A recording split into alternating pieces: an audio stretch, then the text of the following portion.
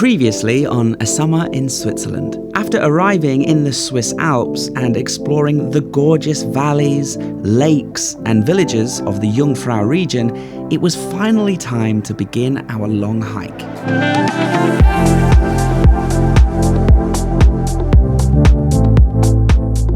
And after some glorious days of summer sunshine, we made our way through the stunning landscapes of Lauterbrunnen, Wengen and Grindelwald. Are you winding me up?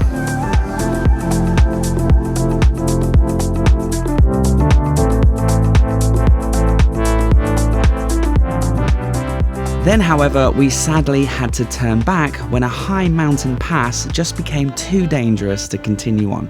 Made some friends. Oh my God! An avalanche just started. That meant, frustratingly, I had to double back and take public transport all the way down and around, finally making our way to the stunning village of Kandersteg. Oh, listen to that one. Oh. And in the previous video you saw we explored this region and its beautiful lake, and once again learned that Switzerland really is one of the most beautiful places on the planet. It's not bad. So let's pick things up as we pack our things and psych ourselves up for another day's adventure here in the Swiss Alps. Enjoy the episode. Good morning. And what a beautiful, beautiful morning it is here in Kandersteg.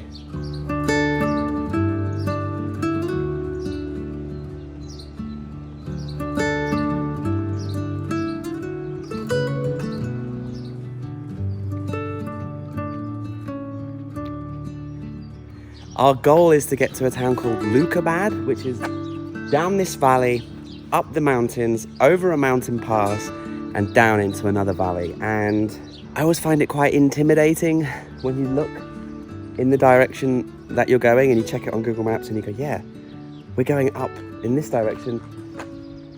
And you just see these high mountains and it's just very, very imposing and slightly worrying.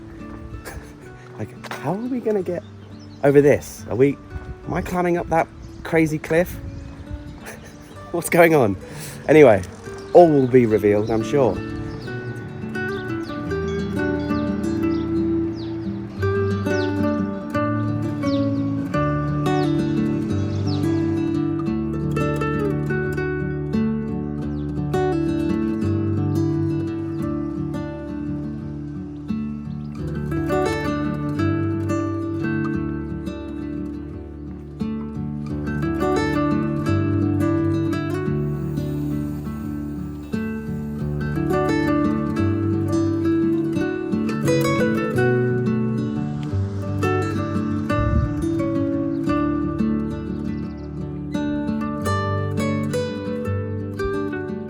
I don't want to jinx it, but as far as weather goes, this has been the best weather of the trip so far. We've had sunny days, but there's just something about the air quality today, something about the temperature.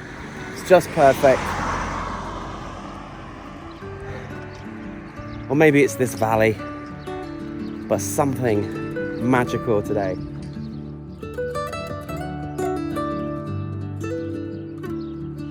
Okay, it's a couple of kilometers later. I'm at the end of the valley. There's nothing but a wall of rock. And there is a cable car, that's good news. But for the 20 minutes that I've been walking in this direction, I've not seen one car go up or down. So I don't know if it's not running today. I don't know if it's closed. I don't know what's going on. Maybe it's just waiting for people. Is the cable car open? Good morning. Is the cable car open? No. Okay, can I have one ticket?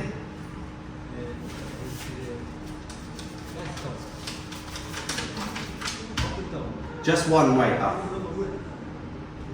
Up. I will walk to Gemi and go down to Leukerbad. That's good. Okay. We're in business. Okay, let's go.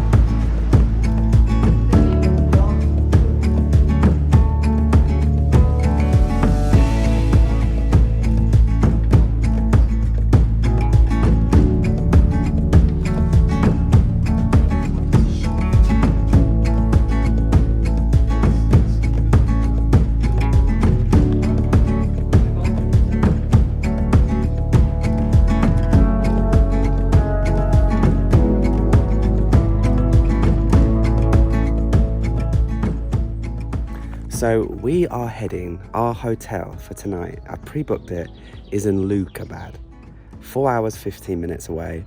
But if we can make it to Gemi Pass, which is 8 kilometers or 2.5 hours away, there's a cable car down. And my good friend Carl Watson, who knows this area very well, he said that from Gemi Pass down to Leukerbad is really steep. So when we get to Gemi Pass, we'll have a look around. And if we need to get the cable car down, we will. If not, we'll walk down.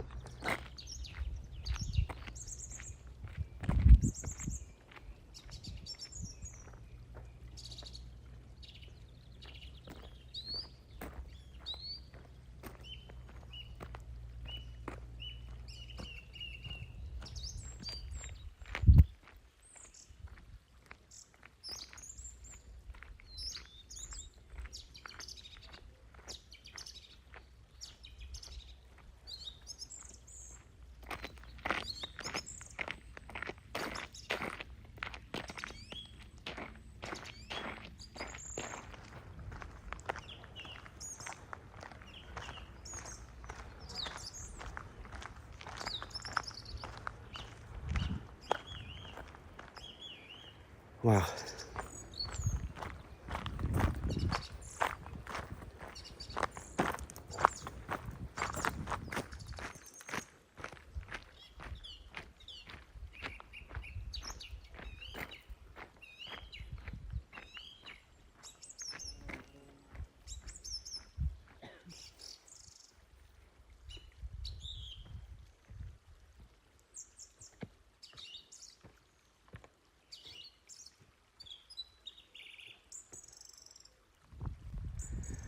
There's a nice vantage point on this little rock here.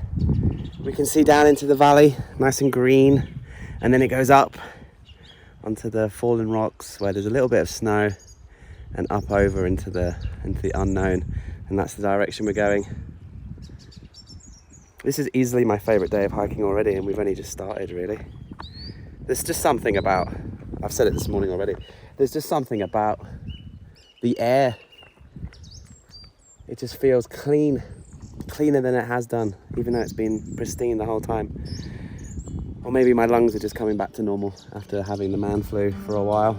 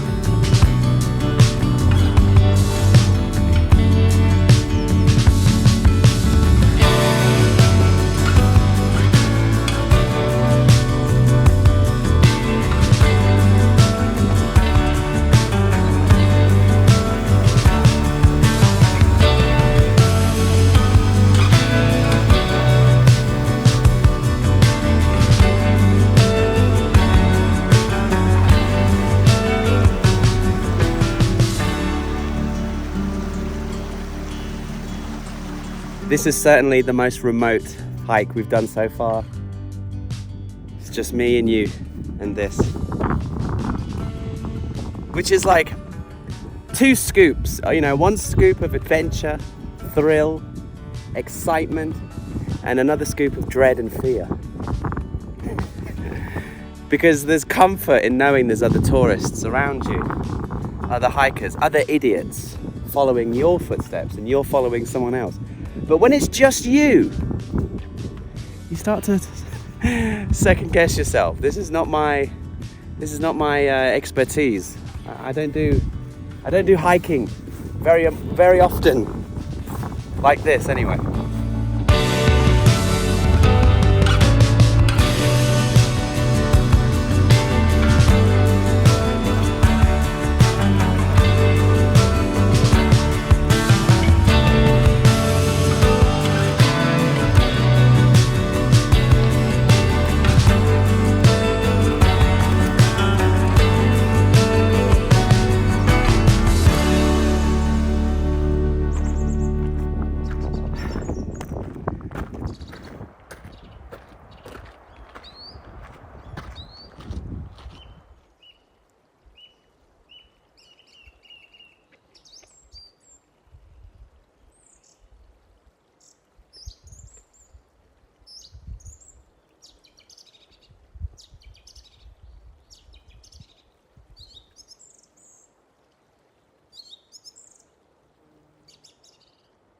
That seems to be the climb over.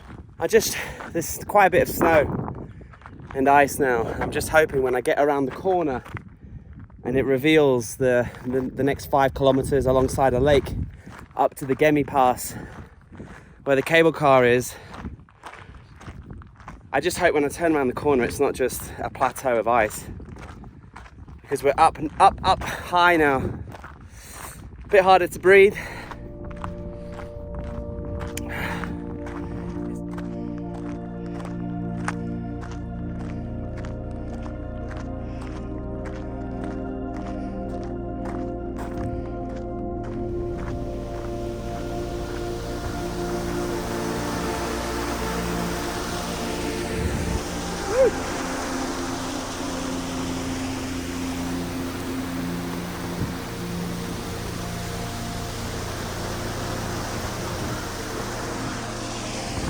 I had to put my jacket on, it's getting quite cold. And annoyingly, there's some weather blowing in that direction and the direction that we're going. This is the thing about the mountains, is the weather just flips on a coin. Because, you know, if it was flat, we could see it coming from far, far, far away. But what I've been learning here, hiking in the Swiss Alps, is a lot of the weather systems are formed in the mountains. You know, the cool air or the warm air comes from the valleys below, you know, in Italy and on the other side in Switzerland, and then it rises and then forms storm clouds here in the mountains. So it can quickly go from being blue sky, sunny and hot, to hail, wind, storms, lightning, you know, within a few minutes. And you can never see it coming. It just creeps over the top of a mountain and you're like, oh, okay, looks like it's gonna rain.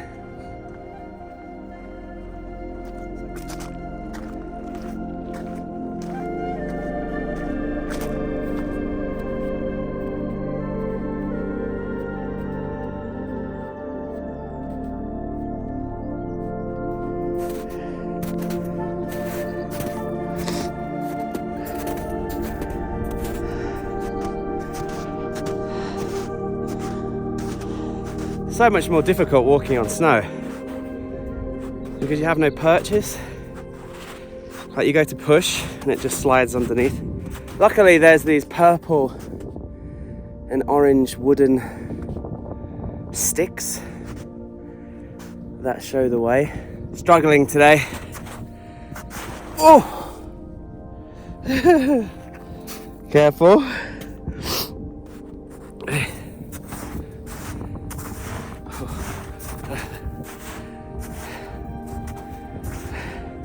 You have to exert 30% more energy and it feels like 20% less oxygen, which makes it about 50% harder, which 2/3 of the time, statistically speaking, gives you about 49% chance of making it.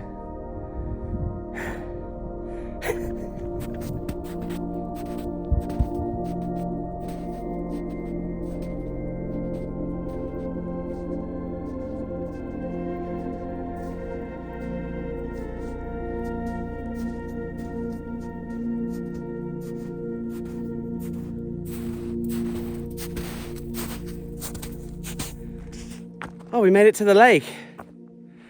It's frozen, or partially. Wow, that looks cool. I love how the landscapes change as we move around. It's just never the same every day. I'm sure at the height of winter this is frozen solid, but right now it looks like a bit like a slush puppy. In the distance, I see a cable car.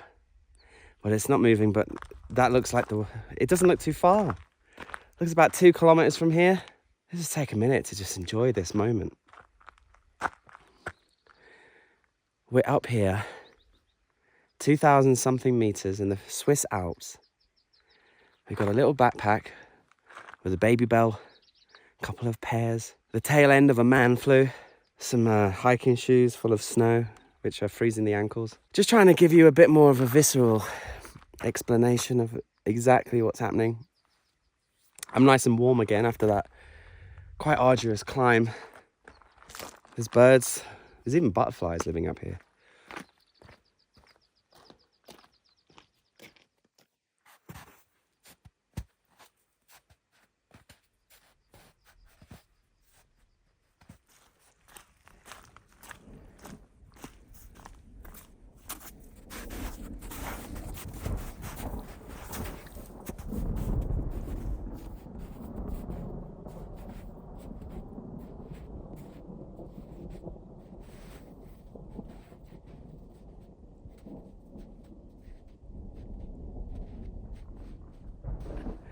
Look behind me though, see the dark clouds?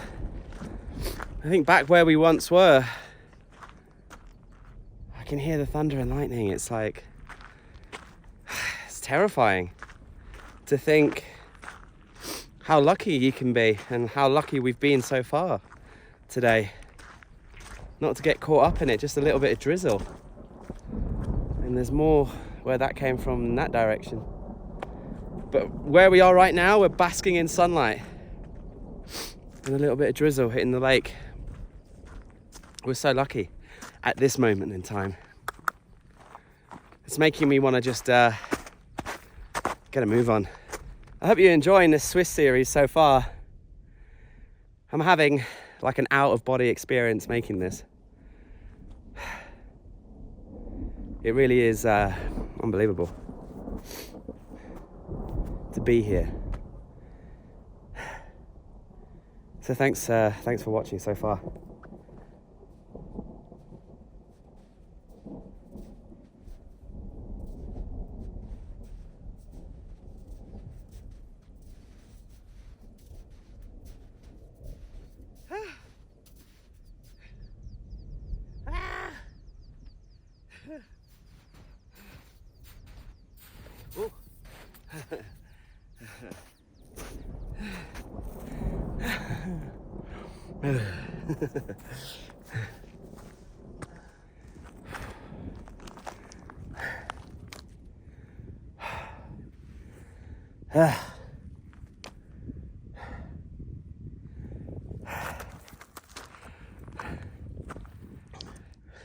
This is funny snow. This is the kind of snow that drops you into a ravine. I really don't trust this surface. There's something dodgy about it. It looks like it was an avalanche. My options are to go up and over and down, or go down. No, that's the lake. Or just go across it. But all of this snow would have fallen down in an avalanche and covered up the trail. These bloody fighter jets that fly around all day. Thing is, you get used to them, and then all of a sudden you go, oh, hang on a minute, that's not a fighter jet, that's an avalanche. I've caught on camera like 2 or 3 big avalanches this series, and every time I thought they were just... This is so stupid.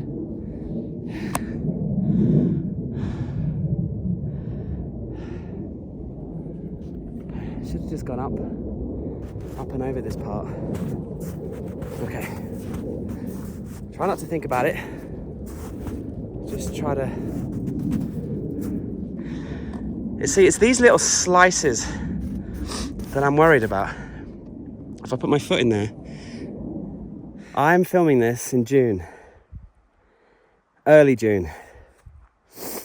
And it will be coming out in July, this episode, because it's later in the series, may come out in August. If you're coming to do hiking in Switzerland and you don't want to put up with ice and snow and dodgy high mountain passes like this, come in August, because it's all melted by then. But that being said, it's high season. It's more expensive, way more people. And I didn't want to come in the height of summer. I wanted to come a bit earlier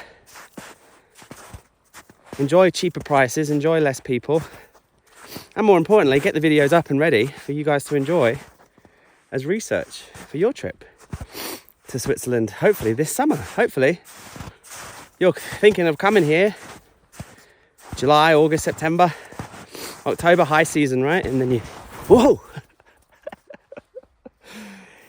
you're searching for YouTube videos. You found a few of mine. Now you're into episode 8 or whatever this is.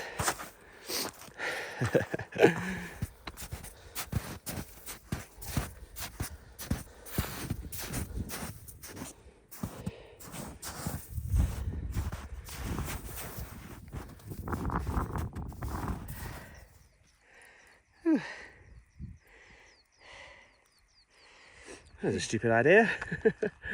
I was coming along this path and I saw this rock and I was like, oh, I'll walk up this rock so I don't have to walk in the snow.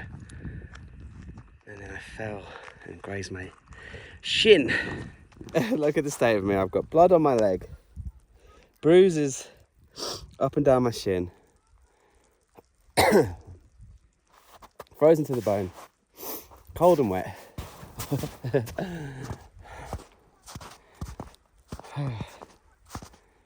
But thankfully this is Switzerland and there's so much infrastructure that a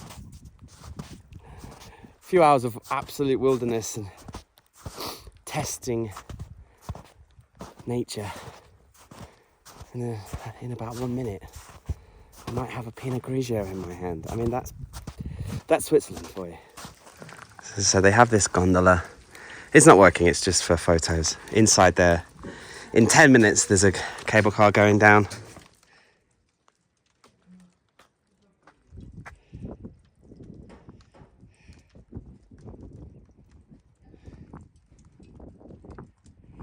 Isn't that something? The whole town is basking in sunlight.